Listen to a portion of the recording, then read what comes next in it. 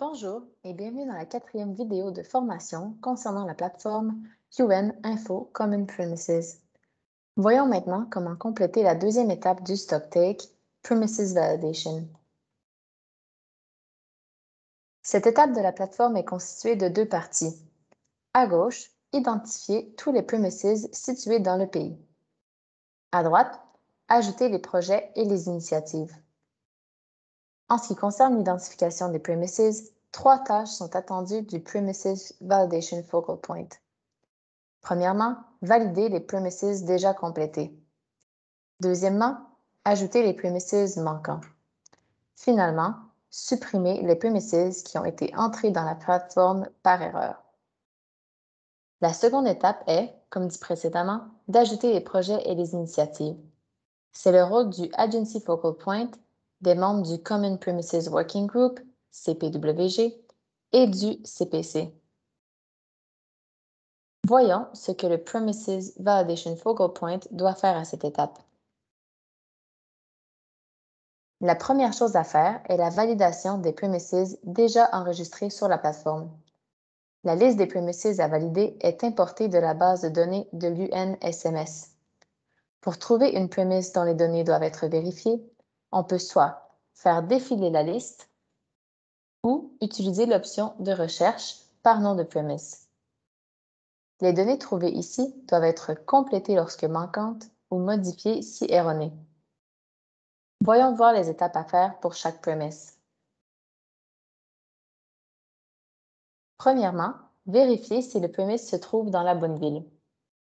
La modification ou l'ajout de la ville peut se faire de deux manières, soit en sélectionnant dans la liste déroulante, soit en indiquant manuellement que la ville ne figure pas dans la liste de choix et en ajoutant cette ville.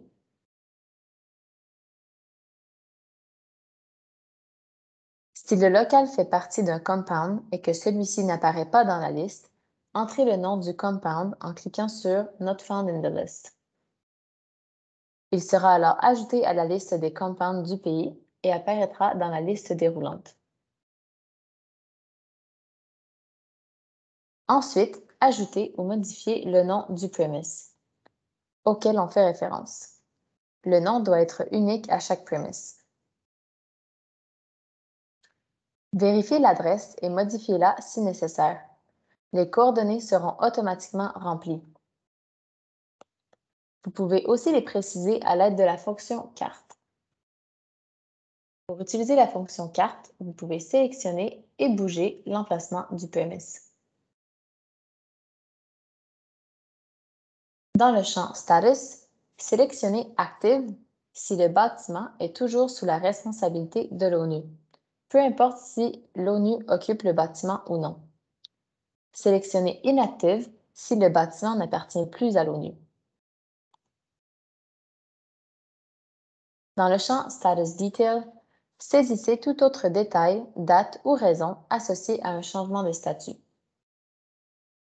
Une fois que toutes les données ont été saisies et que le premise a été déclaré actif, le Premises Validation Focal Point confirme la validité du premise en l'approuvant. Ceci peut être fait en sélectionnant Approved dans le champ Occupation Approval. Une fois approuvé, chaque premise doit être sauvegardé en cliquant sur Save. Le bouton Delete ne doit être utilisé que dans le cas de premises ajoutés par erreur ou de doublons dans la liste de premises. Une fois que les données sont complètes et sauvegardées, les premises validées avec succès seront marquées du symbole Check.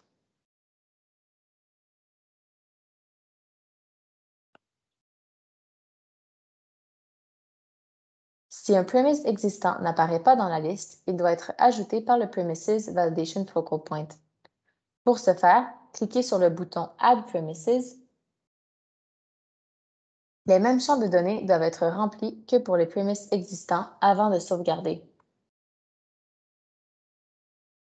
Suite à la validation de tous les premises dans toutes les villes du pays, le Premises Validation Focal Point termine sa partie de l'étape du stocktake.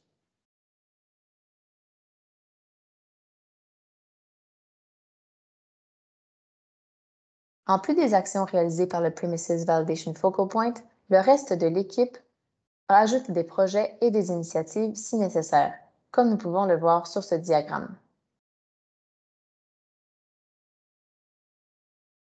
Nous pouvons commencer à ajouter des projets et des initiatives.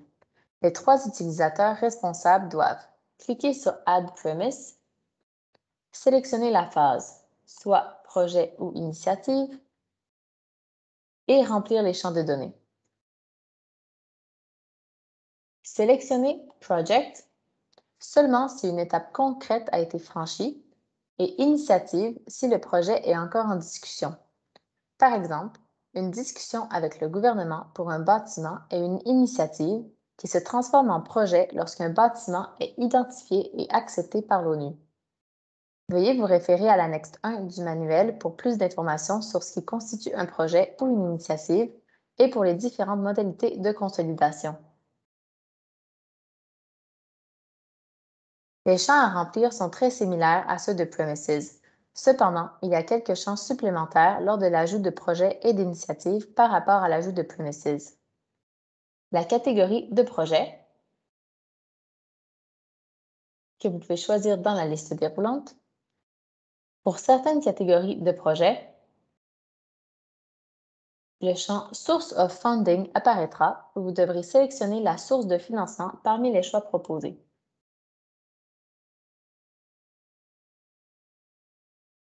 Les prochaines actions ou les étapes suivantes doivent être indiquées sous forme de texte, par exemple la signature d'une lettre d'intérêt.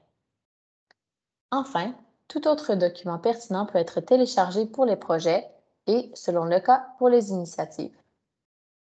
Pour terminer la création du projet ou de l'initiative, il est maintenant temps de cliquer sur Create.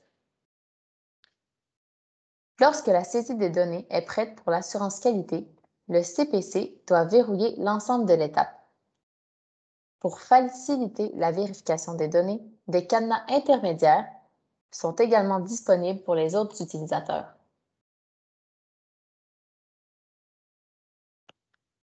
Vous avez terminé l'étape de Premises Validation. Nous passerons à l'étape suivante, soit Premises Attribute, dans la prochaine vidéo. Vous pouvez soit cliquer sur le nom de l'étape suivante, soit sur le bouton Next Step en bas de l'écran pour accéder à la prochaine étape.